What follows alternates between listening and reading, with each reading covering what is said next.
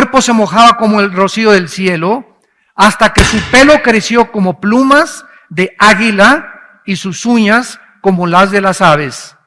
Mas al fin del tiempo, yo, Nabucodonosor, alcé mis ojos al cielo, y mi razón me fue devuelta, y bendije al Altísimo, y alabé y glorifiqué al que vive para siempre, cuyo dominio es sempiterno, y su reino por todas las edades.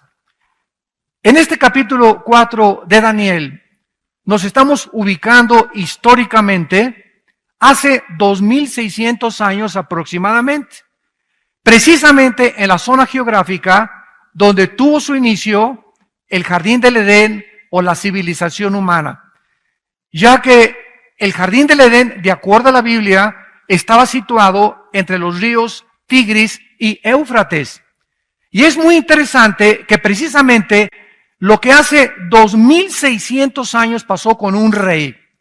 Nos trasladamos al siglo XXI en el cual nos encontramos y nos damos cuenta que los lugares geográficos donde la Biblia dice que se inició la civilización y donde la Biblia afirma que la civilización va a terminar, es precisamente, damas y caballeros, donde actualmente los medios de comunicación y todos los encabezados actualmente de los periódicos en este mes de agosto del año 2014 en que nos encontramos, Irak y Siria están amenazando al mundo e involucrando a las naciones del mundo para que ya entren a un conflicto que se puede convertir en una tercera guerra mundial. Ahorita está tan grande la tensión en el Medio Oriente entre esta guerra civil que hace algunos años el presidente de Estados Unidos retiró las tropas de Irak porque ya no querían, ¿verdad?, inmiscuirse en la política de Irak y dijeron, pues ustedes, los iraquíes, encárguense de defender su nación. Estados Unidos no quiere ya intervenir ni tampoco regresar al colonialismo, sino que ellos pudieran comenzar a resurgir como una nación. Desgraciadamente, Estados Unidos se retiró anticipadamente, porque Estados Unidos, cuando se retiró, se quedaron en Irak los chiitas, los musulmanes chiitas. Y para que podamos nosotros entender cómo está esta situación, voy a retroceder un poco a la historia, para que podamos tener una más comprensión más amplia de lo que está pasando en el mundo, porque tú como cristiano y yo también necesitamos estar actualizados y entender que lo que la Biblia explica es lo que está pasando a nuestro alrededor, porque esto demuestra las evidencias y la inspiración divina de las Sagradas Escrituras. 600 años después de que Cristo muere, más o menos en el año 620, había un Omar califa o un califa llamado Omar que comenzó a tratar de fundar el califato. ¿Qué cosa es el califato? El califato es el dominio de los califas, o sea, un rey gobernando a todos los musulmanes. Cuando Mahoma muere, entonces se divide los musulmanes en dos ramas. Unos decían, no, es que los musulmanes debemos de gobernar los que venimos de la herencia directa de Mahoma. Y estos fueron los sunis. Y otros dijeron, no, es que el derecho de gobernar es democráticamente. No tiene que ser a través del linaje de Mahoma, es por votación. Y ahí nacieron los chiitas. Entonces los mismos hermanos, ¿verdad?, musulmanes, se dividen completamente en dos secciones, los sunis y los chiitas. Pasa el tiempo y aproximadamente durante 400 años, los otomanos turcos musulmanes comenzaron a gobernar el mundo. Y llegamos al siglo XX, cuando a principios del siglo XX llegan entonces los musulmanes a tratar ya de entrar en Europa y en el África, y viene la Primera Guerra Mundial y los ingleses vencen después de la Primera Guerra Mundial, y entonces los ingleses comienzan a sacar a los otomanos turcos y se acaba a principios del siglo XX el imperio de los musulmanes o de los turcos. Sin embargo, en la sangre de ellos quedó el deseo de volver a revivir el califato, el dominio de los musulmanes en todo el Medio Oriente.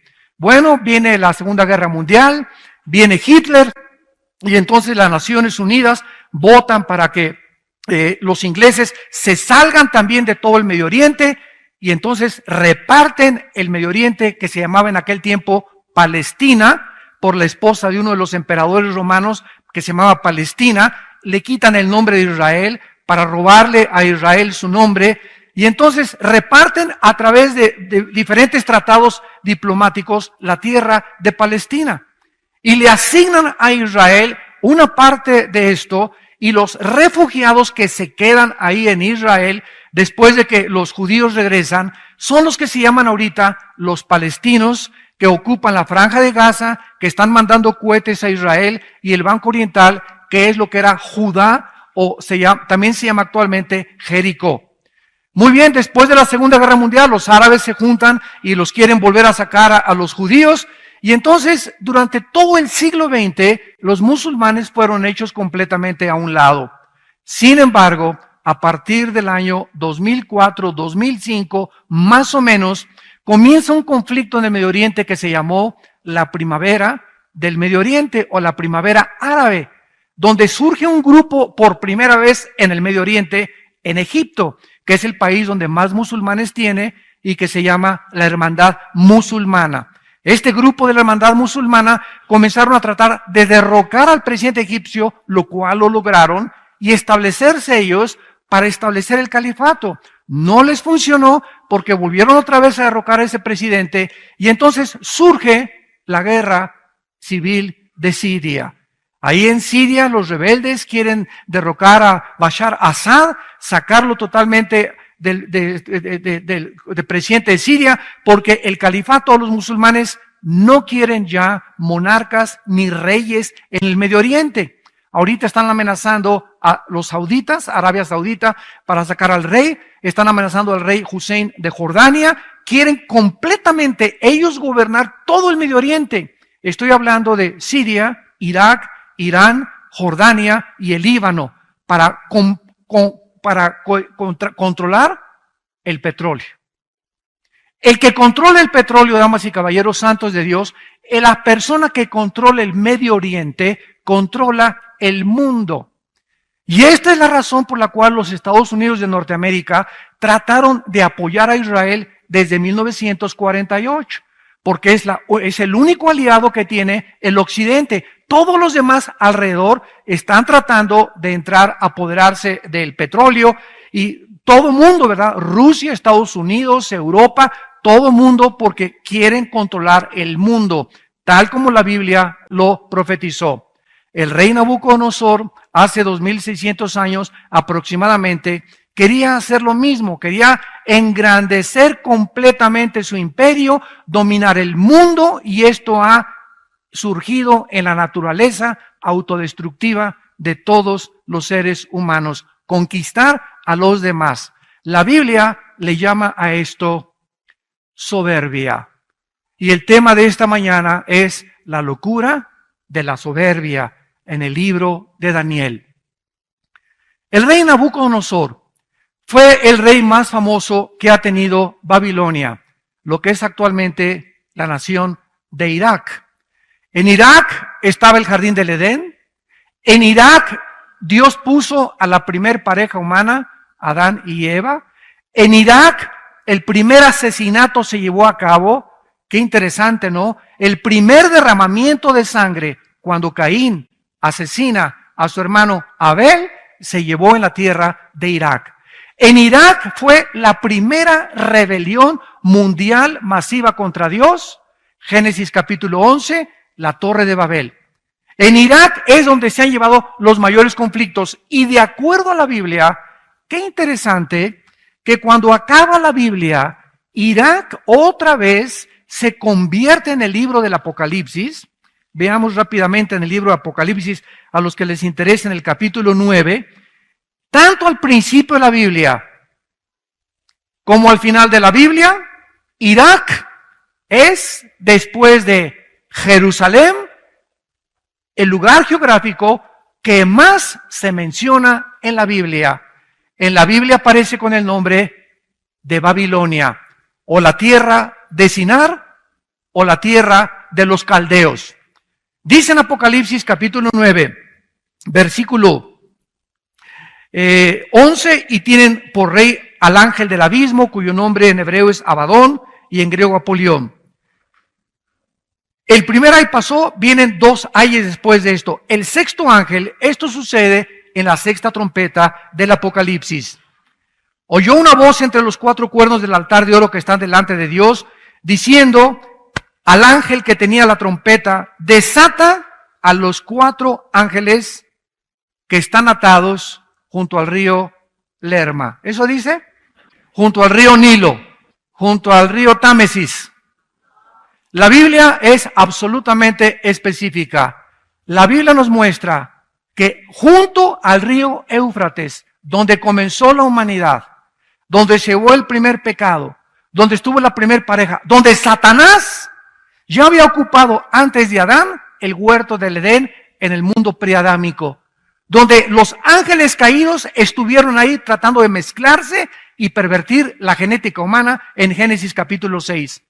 En este mismo lugar geográfico aparece otra vez Irak al terminar la Biblia. Y entonces el Espíritu Santo nos corre las cortinas y nos muestra que en Irak se encuentra, porque el río Éufrates está precisamente en Irak. No podemos perder de vista esto. Es inequívocamente, ¿verdad?, absolutamente cierto de que estamos hablando del terreno de Irak. En Irak se encuentran los 4 ángeles caídos, más crueles y más sanguinarios de los que se rebelaron junto con Satanás. Están estos ángeles tan atados ahí en Irak que cuando se desaten van a matar a la tercera parte de la humanidad. Dice a continuación el versículo que acabamos de leer, el versículo 15, y fueron desatados los 4 ángeles, Apocalipsis 9, 15, que estaban preparados para la hora, día, mes y año, a fin de matar a la tercera parte de los hombres. Qué interesante, señores sociólogos, señores antropólogos, señores investigadores, que andan buscando ustedes en eruditos y en autores no cristianos y fuera de la Biblia, una información que solamente contiene la Biblia. Precisamente ahorita es en Irak donde se encuentra el conflicto que puede prender la mecha a una tercera guerra mundial. Es tan grave ahorita la situación en Irak que ahora sí ya, después de que en Irak se levanta un nuevo grupo que ya no es la hermandad musulmana, ahora en inglés es ISIS, ¿verdad?, que es el Estado Islámico. Entonces, este grupo islámico que en inglés se llama ISIS, Islamic State, de Irak y de Siria, que es la traducción al español, quieren revivir el califato bajo un hombre que se llama Abu Baghdadi. Y este hombre está junto a un ejército de 20,000 hombres. Al Qaeda es Pinocho junto con ellos. Los mismos líderes de Al Qaeda han dicho: ni siquiera nosotros tenemos la crueldad de cortarle las cabezas y abrir los vientres de las mujeres y exhibirlos por todos lados, como lo hemos visto, con la sangre fría de estos grupos, completamente, nosotros lo sabemos, completamente endemoniados. Es un ejército de demonios en el Medio Oriente, que están avanzando ya desde Siria, tomaron Mosul, tomaron Tikrit, que era la ciudad donde nació Saddam Hussein, y están avanzando hacia Bagdad. Ahora que comenzaron a avanzar hacia Bagdad, el grupo del Estado Islámico, entonces Estados Unidos despertó, el presidente Obama despertó y dijo: Dios mío, comenzaron por todos lados, ¿quién los va a detener? Si llegan a Bagdad, en Irak, donde todos son chiitas, en Arabia Saudita son chiitas, en Irán son chiitas, y de una forma tienen que detener a los sunnis musulmanes que no se apoderen de Bagdad, ¿quién lo va a hacer? Entonces Estados Unidos consintió de comenzar a mandar aviones F-18 de guerra para comenzar a bombardearlos desde el aire, porque no quieren mandar tropas terrestres todavía, porque costaría billones de dólares que Estados Unidos ya no tiene. Entonces hay un vacío impresionante en el mundo de liderazgo. Durante más de 60 años, desde la Segunda Guerra Mundial, ¿quién ha tenido la preeminencia? ¿Quién ha sido el policía del mundo para combatir a los nazis, a los fascistas y a los comunistas? Estados Unidos de Norteamérica, con Europa, Inglaterra, etcétera, etcétera. Pero ahora que Estados Unidos ha caído económicamente, ahora que Europa se encuentra, España, Portugal, Grecia, Italia en la bancarrota económica, ahora que Alemania ya no tiene dinero para prestarles a las naciones para poder ayudarlas como tenían después de la Segunda Guerra Mundial, hay un vacío impresionante en el mundo. Y este vacío, ¿quién lo va a ocupar? ¿Quién va a cuidar ahora a todos estos salvajes de que se apoderen del mundo? Antes era Estados Unidos, Inglaterra y Europa, ya no quieren entrar. ¿Por qué no han podido detener a Putin? Putin llega con sus tropas descaradamente a Ucrania. Se apodera de la península de Crimea, donde está el Mar Negro y donde está la base naval más grande de Rusia. ¿Por qué? Porque de ahí brinca Rusia, tal como Ezequiel capítulo 38 lo profetizó hace 2500 años en la Biblia. Rusia, Magog, Rosh y Magog van a brincar junto con Irán para atacar a Israel y apoderarse del petróleo. Todas las cosas que están profetizadas en la Biblia, ¿verdad?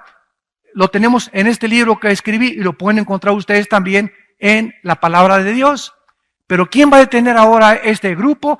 Pues están tratando de bombardearlos desde el aire y entonces ahora Europa dice ya no podemos entrar.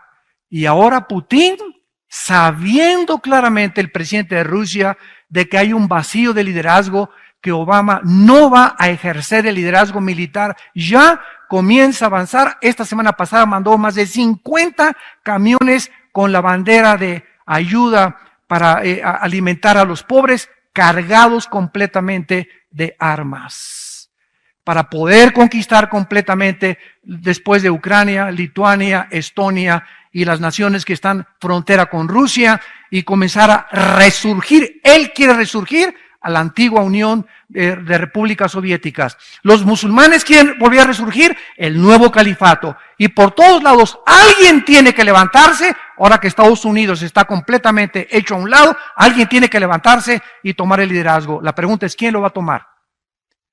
Y la persona que tome el liderazgo es la que va a precipitar al mundo a donde las profecías bíblicas dijeron que el mundo se dirigía.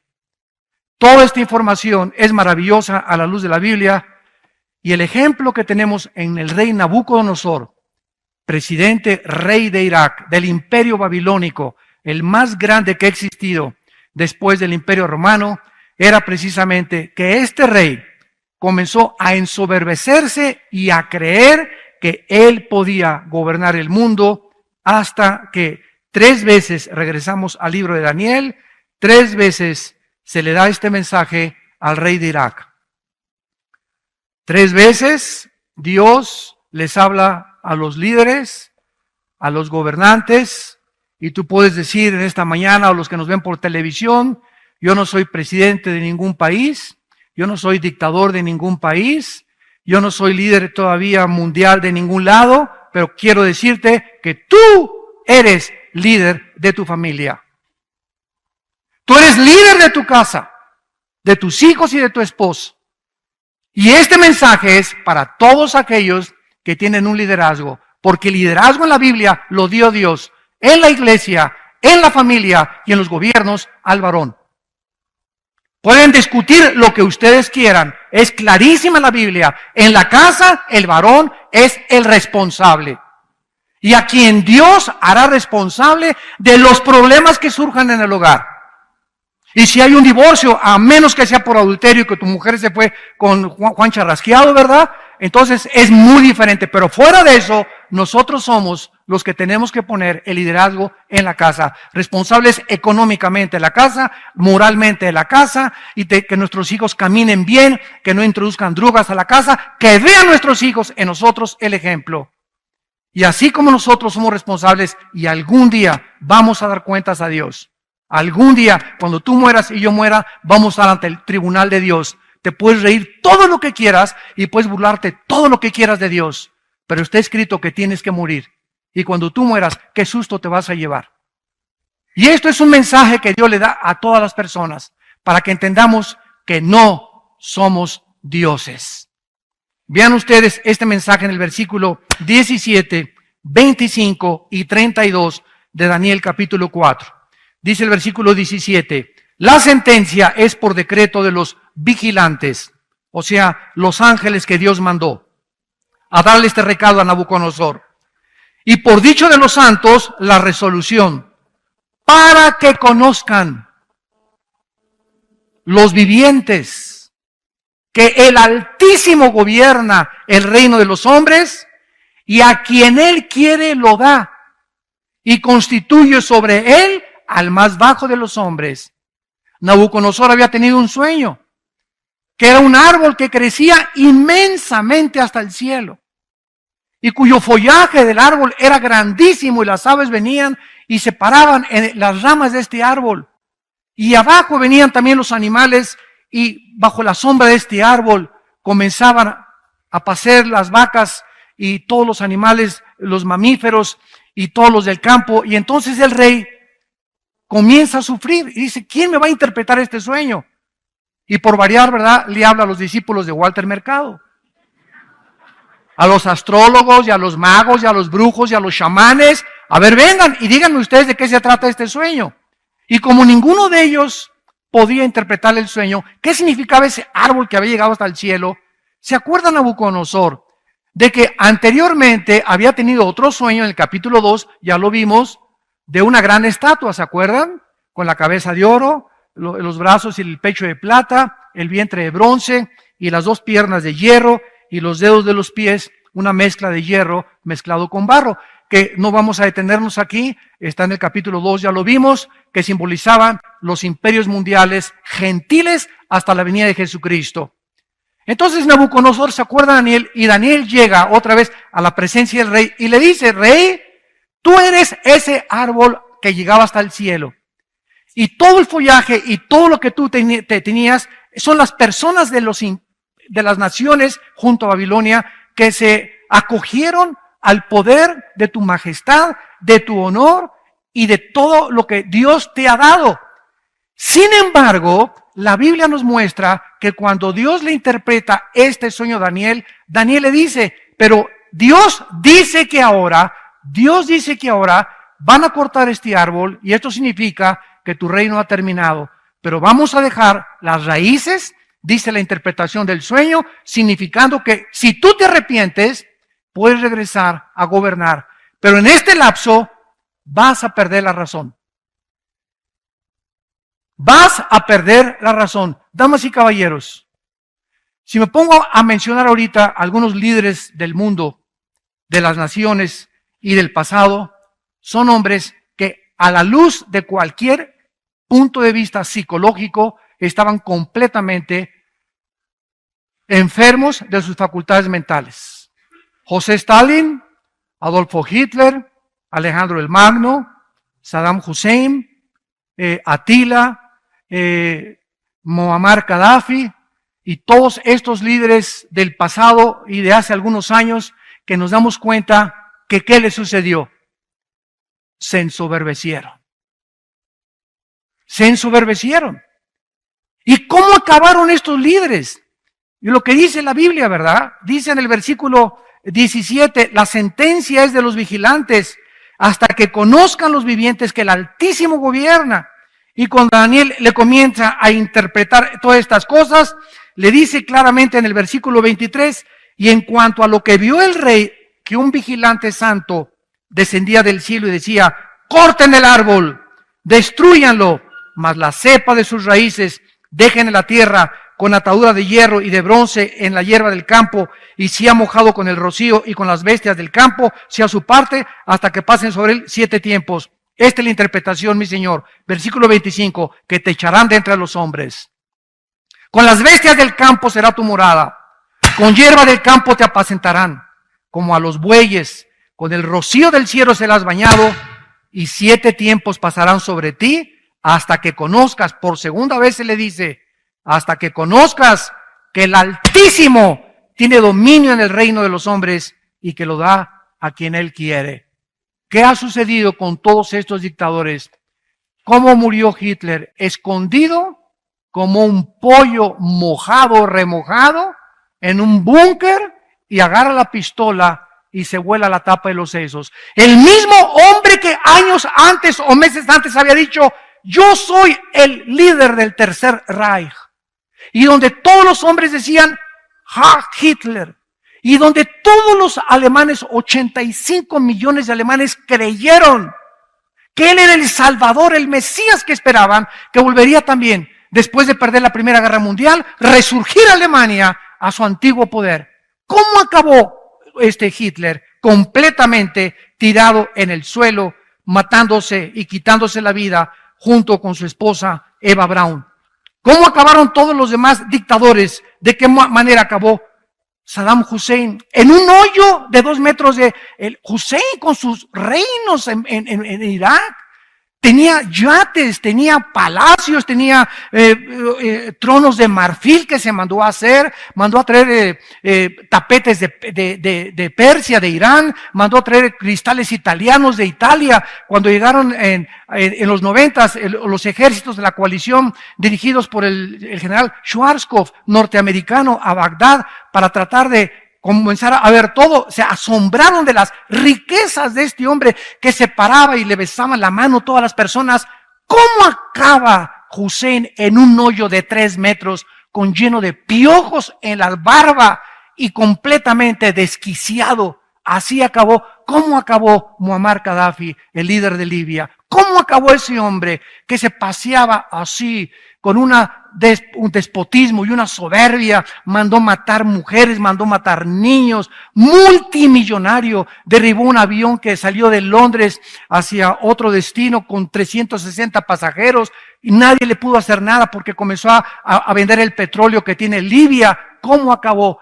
Muammar Gaddafi acabó en una alcantarilla de una de las calles de Trípoli, metido ahí escondido como ratoncito. Lo encuentra el pueblo, lo sacan, le dan una madrina de aquellas, lo arrastran por todos lados, lo patean, lo sodomizan y le dan un balazo en la ambulancia. Así acabó ese hombre, como un perro completamente sarnoso. ¿Cómo murió Benito Mussolini en Italia? El contrapache, ¿verdad? Y el amigo y socio de Adolfo Hitler, Benito Mussolini, otro dictador déspota, soberbio, lo agarran en la plaza de Florencia y lo cuelga el mismo pueblo. Todos estos hombres, Hussein, Hitler, Gaddafi, Mussolini, son del siglo XX, de nuestra época, o de la época de nuestros padres o abuelos. Y el mundo no entiende, y los líderes que están ahorita y que siguen vivos, los siguen sin entender que Dios es el que gobierna. Él es el único soberano. Y si tú que me escuchas tienes un puesto político, de gobernante, de autoridad, o tienes una fábrica que has prosperado, o un negocio que has prosperado, nunca te ensoberbezcas. Ni creas ni digas, es que mi esfuerzo y mi negocio y mis capacidades intelectuales y físicas me han podido dar lo que yo tengo alrededor. Te equivocas con todo el corazón. Porque sabes una cosa, los vigilantes acaban de decir, sobre ti vas a caer. Ya está puesta el hacha a los árboles, y cualquier árbol que no dé buen fruto será cortado. Miren ustedes en el libro de Deuteronomio, en el Antiguo Testamento, en el capítulo 8. Dios, desde antes que su pueblo entrara a la tierra de Canaán, Dios sabe lo que hay en el corazón humano. Soberbia. A continuación vamos a explicar lo que es la soberbia. Porque tú puedes creer que no lo eres y secretamente serlo y no te has dado cuenta. Y es un veneno grandísimo que va a impedir y va a seguir impidiendo que Dios te bendiga. Hay cantidad de cristianos. ¿Por qué no me bendice? ¿Por qué no prospera mi negocio? ¿Por qué no salgo adelante? ¿Por qué no tengo paz? ¿Por qué tengo que usar pastillas tranquilizantes? Equanil, Valium. ¿Por qué estoy en este estado de estrés? ¿Por qué no puedo descansar ni cuando me voy a acostar? ¿Por qué no tengo paz? Puede ser en lo más profundo de tu vida que vives con soberbia. Y si hay un pecado que Dios abomina, es la soberbia. Y antes de que su pueblo entrara a Canaán, Dios les advirtió, versículo 11, cuídate de no olvidarte de Jehová tu Dios. Deuteronomio 8, versículo 11. Para cumplir sus mandamientos, sus decretos y sus estatutos que te ordeno hoy. Escucha la advertencia. No suceda que comas y te sacies y edifiques buenas casas en que habites y tus vacas y tus ovejas se aumenten y la plata y el oro se te multipliquen y todo lo que tuvieres se aumente. ¿Y cuál es el problema cuando comenzamos a prosperar y en nuestro corazón hay soberbia? Se enorgullece nuestro corazón. Esta es la razón por la cual muchos de ustedes no han sido bendecidos tal vez económicamente. O no han podido prosperar a otro nivel y sigues como perico perro desde hace 10 años. ¿Por qué? Porque si Dios te bendijera, y ahora se ha hecho la famosa herejía de la doctrina de la prosperidad. No, tú haces esto, haz un pacto, ¿verdad? Y vas a tener dinero, y vas a tener el otro, y se va a sanar tu esposa, y todo va a decir vencido, pero nunca dicen las condiciones para eso. Claro que Dios nos quiere bendecir, pero si tú eres una persona humilde de corazón. Porque si Dios te bendice con dinero, y tú eres soberbio en tu vida, ese dinero, esos negocios que estás haciendo, se van a convertir en tu vida en una maldición. ¿Sabes por qué? Porque cuando uno tiene dinero o cuando uno prospera sin Dios, no sabe cómo usar el dinero. Y lo vas a usar y te lo vas a gastar en lo que menos te imaginas. Y tus negocios van a comenzar a fracasar porque hay un problema en tu vida. Ya Dios no te quiere dar más. Porque no eres generoso ni eres administrador de lo que Él te ha dado. El que es fiel en lo poco, será fiel en lo que tiene mucho. El que en lo poco es infiel, no esperes que Dios te dé más, porque en lo poco que Dios te ha dado no ha sido fiel. Entonces, este es el peligro, que se enorgullezca tu corazón. Escucha lo que dice, y te olvides de Jehová tu Dios, que te sacó de la tierra, de Egipto, de casa de servidumbre. Versículo 16, que te sustentó con maná en el desierto, comida que tus padres no habían conocido, afligiéndote y probándote para a la postre hacerte bien, y digas en tu corazón, mi poder y la fuerza de mi mano me han traído esta riqueza. Esa es la soberbia, tratar de buscar tu identidad aparte de Dios. Tratar de ser algo o de alguien y sacar a Dios de la ecuación.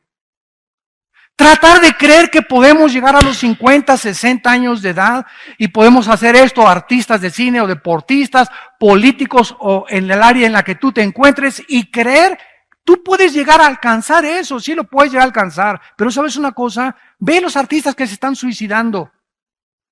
Ve las cantantes que se están quitando la vida. Oye, Whitney Houston, qué voz más preciosa esta negrita. Tenía todo joven, no más de 40 años. Millonaria, se quita la vida. La que vestía a la esposa del presidente Obama, que era esposa o amante, no sé, de los Rolling Stones, se suicida en su closet y se cuelga. Era la modista más famosa de Nueva York.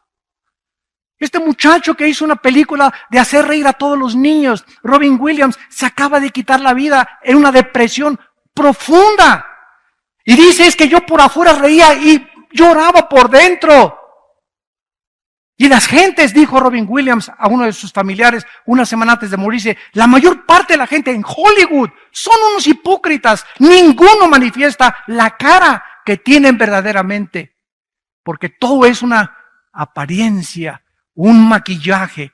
Muy poca gente vamos a encontrar que te va a mirar y va a ser contigo tal como Él es. Las personas, la mayor parte de las personas en el mundo se acercan a muchas personas por el favor que les vas a hacer, por el negocio que les vas a hacer, porque tienes o porque no tienes, y en cuanto dejes de tener, ni quien se acuerde de ti, ni tu perro te va a ladrar.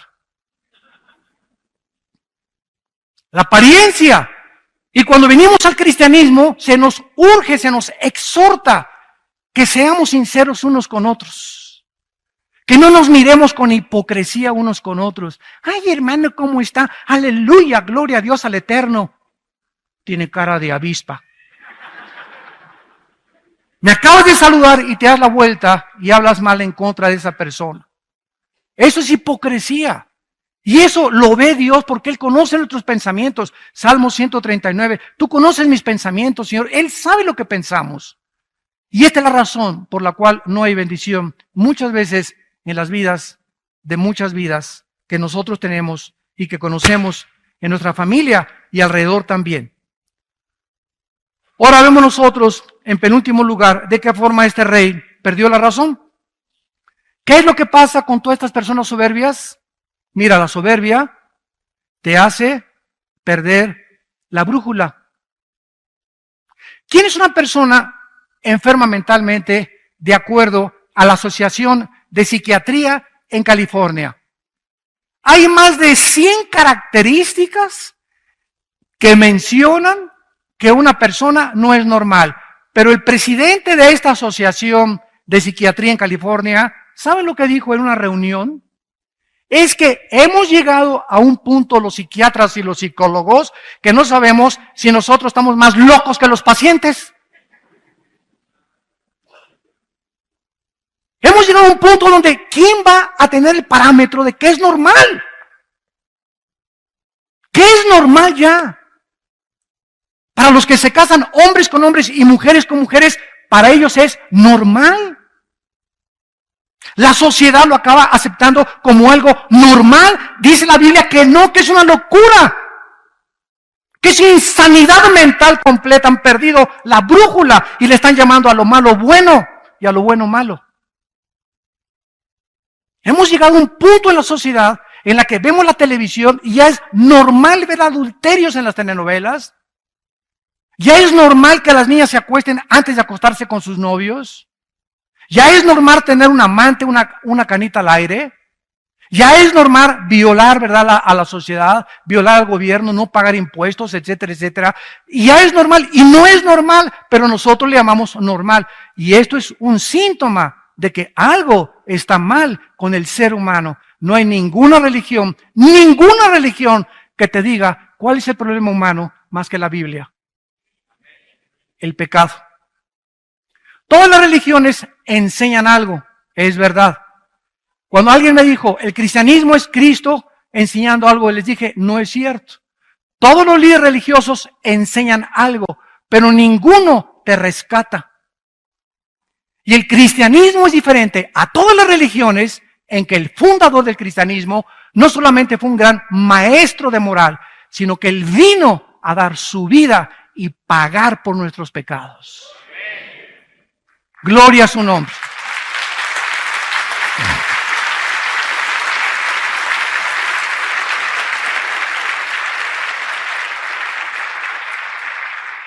Esa es la grandeza del cristianismo. Es la diferencia del cristianismo a cualquier otra religión. Todas enseñan algo. Confucio enseñó algo, Mahoma enseñó algo, el Zaratustra enseñó algo, pero ninguno de ellos vino a rescatar a la humanidad, más que el Hijo de Dios en una cruz. Y cuando venimos a la historia del Hijo de Dios, a la historia de las naciones, a la arqueología moderna, a la genética, a la física, a la química, a la antropología, y la comparamos con la Biblia, decimos, es más moderna que el periódico de mañana en la mañana. Y esto es lo que está pasando en el mundo, son las evidencias más grandes. El otro día tuve la oportunidad de ver un programa de esos que hacen entrevistas en una estación de televisión, CNN, en un programa que se llama Cala. Y entrevistaron a un ateo, entrevistaron a un cura católico y entrevistaron, entre comillas, a un teólogo de una universidad de Florida. Y el ateo comenzó a decir, bueno, de veras, una risita que es clásico de los ateos, burlona. Yo todos los debates que he tenido con ateos siempre, sí, ¿verdad? Sí, estás loco. Siempre tienen esa actitud burlona. Es una soberbia impresionante que los caracteriza, que creen que ya para ser ateo tienes que ser omnisciente, tienes que haber conocido ya todo absolutamente y concluir en todo lo que sé y en todo lo que he investigado, concluyo, no existe Dios. No conoces ni dónde está Zapopan. Y el ateo dice, es que el Dios del Antiguo Testamento era un dictador, mandó matar a las personas. Y es una contradicción, atacando desde siempre. El ataque no es contra los musulmanes, ni contra los budistas, ni contra, es siempre los ataques siempre serán contra el cristianismo y contra la persona de Cristo. Nunca atacan a Buda, nunca atacan a Zoroastro, nunca atacan a Confucio, siempre es Cristo, la cruz o el cristianismo. Qué interesante, ¿verdad? No es coincidencia. Y dice, el Dios del Antiguo Testamento es un Dios soberbio, es un Dios déspota que manda matar a los cananitas, y en el Nuevo Testamento aparece otro Dios que se llama Cristo, que es el Dios de amor. ¿Qué contradicción dice? ¿Cómo me pueden explicar eso? Y el teólogo se acerca con él y le hace su sobadita y le dice, no, pues sí es cierto, ahora yo estoy de acuerdo que el Dios del Nuevo Testamento es Dios de amor, el del Antiguo Testamento es un dictador. El que mejor respuesta tuvo fue el curita de Nueva York. Por lo menos dijo cosas coherentes, me sorprendió. Reflejaba bastante paz el hombre y contestó claramente, ¿verdad? Claro que Dios es amor, pero Dios es un Dios también en el que en su carácter tiene que castigar la maldad. Si la maldad no fuera castigada, ¿qué sucedería? ¿Qué pasaría si no hubieran detenido a Hitler, a los nazis? ¿Qué hubiera pasado si no detienen a Mussolini en el fascismo en Italia? ¿Qué hubiera pasado si no se detiene a la Unión de Repúblicas Socialistas y expande el comunismo en toda Europa? ¿Qué hubiera sucedido? Estaríamos completamente a merced, estaríamos encarcelados a merced de dictadores. Y se tiene que usar la fuerza, señores, y la violencia y el ejército y los balazos y los macanazos, desgraciadamente, contra la violencia del ser humano y el pecado del ser humano. No hay otra forma de detener la maldad. Imagínate que te pasaras el alto y el policía te dijera, peace and love.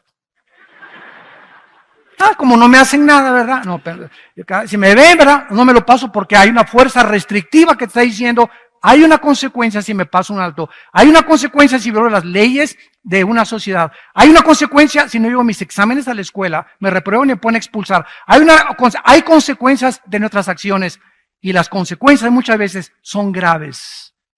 Y no le eche la culpa al juez que te condena a cadena perpetua, sino a la maldad que no has querido sacar de tu propio corazón, a la soberbia de vivir independiente de Dios.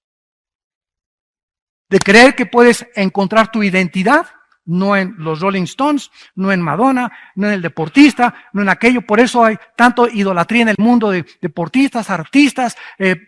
Cada presidente que entra es el Salvador, ese es el Mesías. Siempre la gente en los hombres, en los hombres, en los hombres. Y ningún hombre es perfecto para poder cambiar nuestro corazón. Cristo vino a cambiar nuestra vida interna, a librarnos de esa soberbia, para que entendiésemos que separados de Él, nada podemos hacer. Vean ustedes aquí en Proverbios capítulo 11, versículo 2, en el Antiguo Testamento, dice la Biblia, hablando de la soberbia, el rey Salomón. Proverbios capítulo 11, versículo 2. Cuando viene la soberbia, viene también la deshonra, mas con los humildes está la sabiduría. Toda persona que se levante contra Dios, llámese padre de familia, dictador, diputado, juez, presidente, gobernante, director de una compañía, llámese como le quieras llamar, cualquier persona que busque su identidad o busque creer, encontrar en la vida su identidad aparte de Dios, será deshonrado tarde o temprano, como lo han sido estos dictadores que acabamos de mencionar. No es coincidencia que todos estos grandes hombres que se sentaron en tronos de oro, que tuvieron el clamor y la alabanza de millones de personas, acabaron como ratas, como perros sarnosos, desposeídos de toda su gloria, de su familia, de sus hijos. Su mismo pueblo los crucificó. La soberbia es hermana de la deshonra, mas con los humildes está la sabiduría. No hay ninguna persona en esta mañana que nos escuche, tampoco a través de los medios masivos de comunicación. No hay ninguna persona que pueda tener sabiduría para educar a su familia, para educar a tu esposa, para mantener tu matrimonio, para administrar sabiamente tu negocio, que no sea humilde.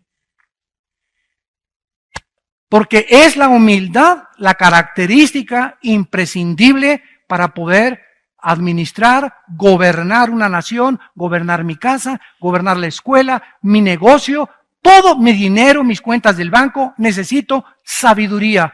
Y esta sabiduría Dios la da solamente a los humildes, a los que han reconocido que el Altísimo gobierna, que cada mañana que me levanto, tengo que estar de rodillas ahí junto a mi cama, diciéndole: Padre Santo, tú eres el único que este día me vas a sostener.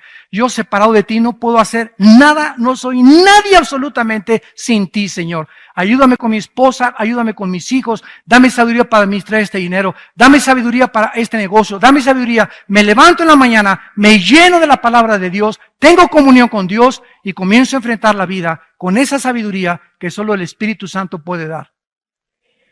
Y esa sabiduría, escuchen, siempre va acompañada de paz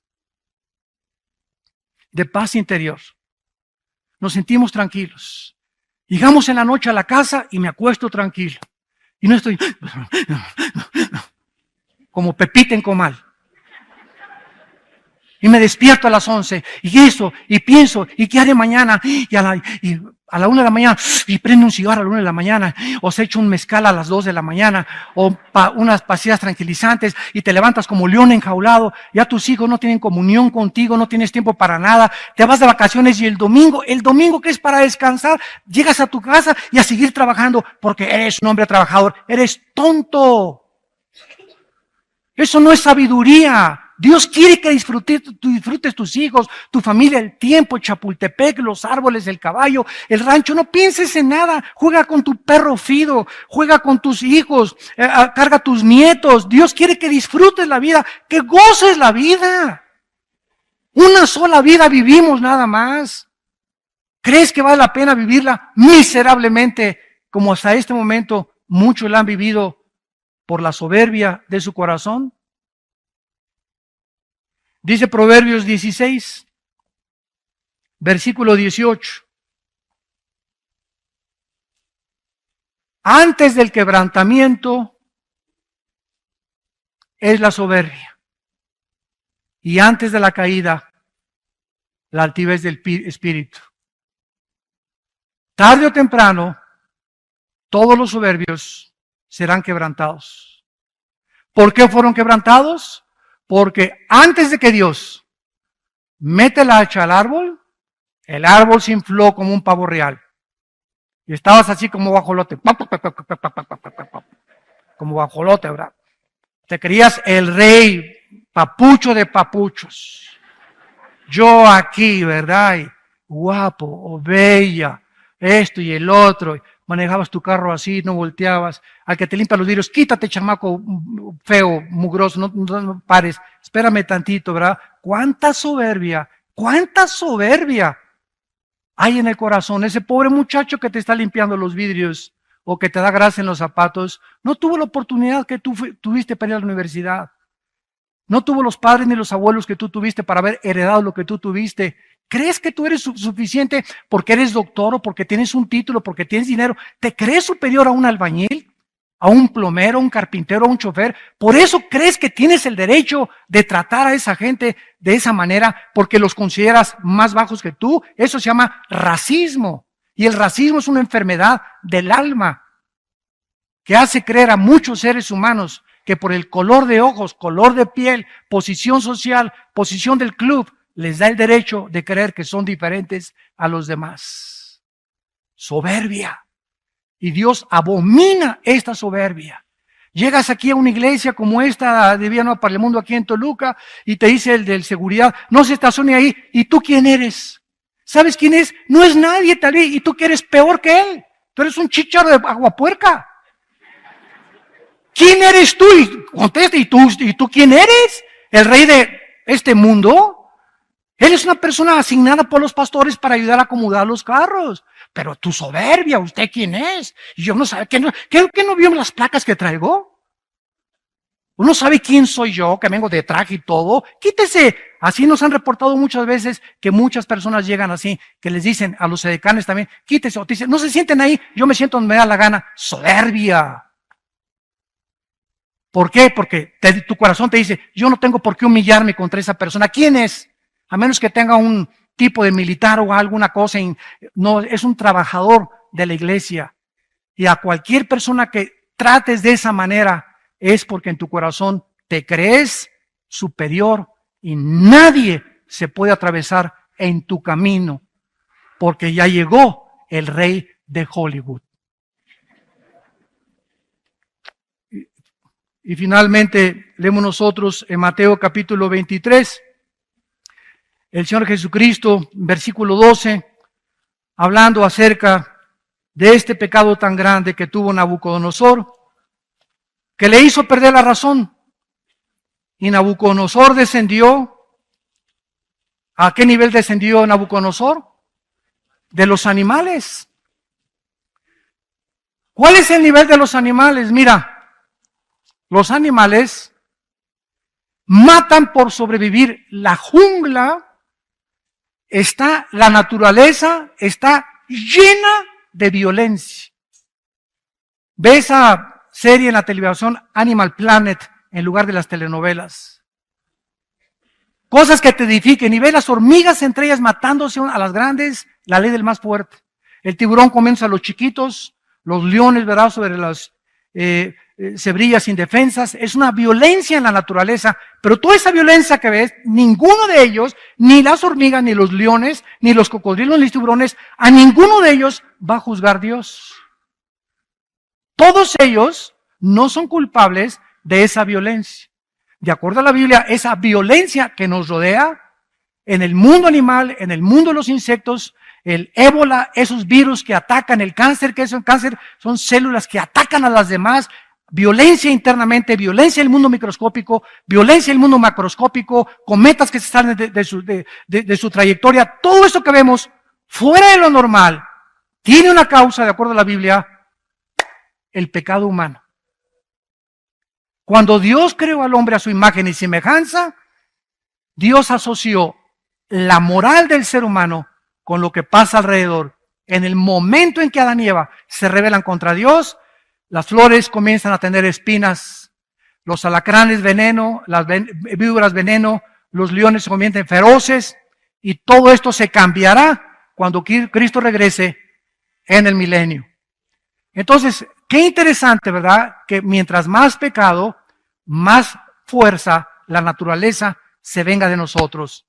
Vean, hace 15 años, tornados, terremotos, huracanes como jamás hemos visto, las cosas que están pasando. Ahorita está a punto de explotar en Islandia un volcán también. Todo lo que está pasando, ¿dónde está Dios? ¿Dónde está Dios? Dios está en tu corazón si tú quieres tenerlo. Pero sabes una cosa, todo lo que está pasando es por el pecado humano, ¿ya? Hombres con hombres, mujeres con hombres, mujeres, divorcios están al por mayor por todos lados, los jóvenes desorientados, no hay luz, no hay una brújula, cada quien hace lo que bien le parece que está dentro de su corazón. Esta es la filosofía con la cual se resume la humanidad. Cada quien hace lo que le parece según en su corazón. Pues para mí esto es bueno, para ti es malo. Tú sigue con eso, para mí esto es bueno. ¿Sabes una cosa? Si fuera así, el relativismo, entonces, ¿quién nos da el parámetro y la línea y la medida de la moral? Para eso nos dejó Dios este libro. La Biblia, para que sepamos qué es bueno y qué es malo. Si Dios condena algo aquí es porque es malo. No lo dices tú, la doctora Corazón, Walter Mercado, el psiquiatra, ni el psicólogo. Lo dice Dios. Él estableció las leyes morales para que sobreviviéramos.